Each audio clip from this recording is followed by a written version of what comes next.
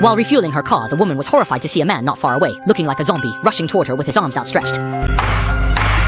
Fortunately, a helpful man nearby intervened in time, giving the woman a chance to climb onto the car roof. But the attacker moved nimbly under the chassis like a fish, so Bomai had no choice but to run into the convenience store to save herself. However, this little cutie had no intention of letting Bomai go. As Bomai ran, she chased, leaving Bomai with nowhere to escape. She relentlessly pursued Bomai from the convenience store back into the car, then struck hard and shattered the car window, terrifying Bomai so much that she slammed on the gas, on the verge of a breakdown. The little cutie kept her unique posture and continued the wild chase.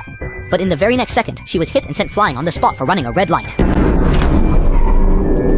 Bomai is a primary school homeroom teacher, and the person chasing her is the school principal. But this isn't the first time Bomai has witnessed such a bizarre scene. Just a few days ago, when Bomai arrived at her classroom to start class, she discovered that all the students in her class had vanished without a trace overnight. According to surveillance footage, at exactly 2:17 a.m., 17 primary school students suddenly acted as if they were possessed, spreading their arms and running frantically out of the school. Their eyes were vacant, their movements mechanical, as if they were eerie puppets controlled by some invisible force, eventually disappearing into endless darkness. Even stranger, only one boy named Xiao Xiong came to class as usual. When the parents learned their children were missing, they immediately called the police. However, after a thorough search, the police found no trace of the children at all. They focused their breakthrough on Xiao Xiong, questioning him to see if he knew what had happened to his classmates. Xiao Xiong stared blankly and remained silent, as if he too had been frightened by something. With the investigation yielding no results, the parents placed all the blame on Bomai, believing that she must have instilled some extreme ideas in the children during class, causing them to act as if possessed and run away in the middle of the night. Some parents even suspected Bomai of being an evil witch. Bomai was at a complete loss to defend herself, and although the principal tried his best to explain on her behalf, the parents, driven to desperation, refused to listen to reason. To calm the parents down, the principal had no choice but to temporarily suspend Bomai. Having never suffered such an injustice, Bomai was determined to get to the bottom of the truth and clear her name. So after school that day, she secretly followed Xiao Xiong home. All the other classmates had disappeared, only Xiao Xiong was still safe. Bomai suspected that all of this might be connected to Xiao Xiong. As soon as she arrived at Xiao Xiong's house, she noticed that all the doors and windows were tightly shut, with even the windows covered in newspaper. She went across the street and found a small gap there. Peering inside, she witnessed a horrifying scene. Those must have been Xiao Xiong's parents, but why were they hiding in the darkness, motionless like wooden figures? The next day after school, Bomai took the initiative to approach Xiao Xiong, hoping to find out what was going on, but Xiao Xiong was extremely cold and distant.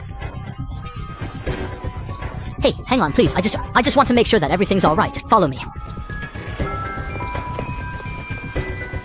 Left with no choice, Bomai watched alone at Xiao Xiong's door. Exhausted, she fell asleep, noticing nothing until midnight. Suddenly, Xiao Xiong's door swung open, and a ghost-like woman emerged, getting into Bomai's car. The woman gently snipped a lock of Bomai's hair, then quietly left. The next day, an unexpected visitor arrived at the principal's home. She claimed to be Xiao Xiong's nanny, checking on Xiao Xiong's situation, and trying to find out if Xiao Xiong had spoken to the principal or police lately. The principal replied that only the child's parents had the right to know, so the red-haired woman asked for a large bowl of water. The principal thought she was thirsty, but to her surprise, the next second, Aunt Hong used a mysterious, branch-shaped tool to cut her own finger, letting her blood drip into the bowl. The principal's brother thought Aunt Hong was a lunatic and tried to make her leave. But while he wasn't paying attention, Aunt Hong cut off a lock of his hair and wrapped it around the blood-stained tool. The principal, terrified, hurried to call the police. At that moment, Aunt Hong took a bell out of her bag and gently shook it in front of the principal. Immediately, the principal became like a puppet under a spell. Then, Aunt Hong snapped the sharp tool in half, and the principal suddenly lost all reason and began to go mad.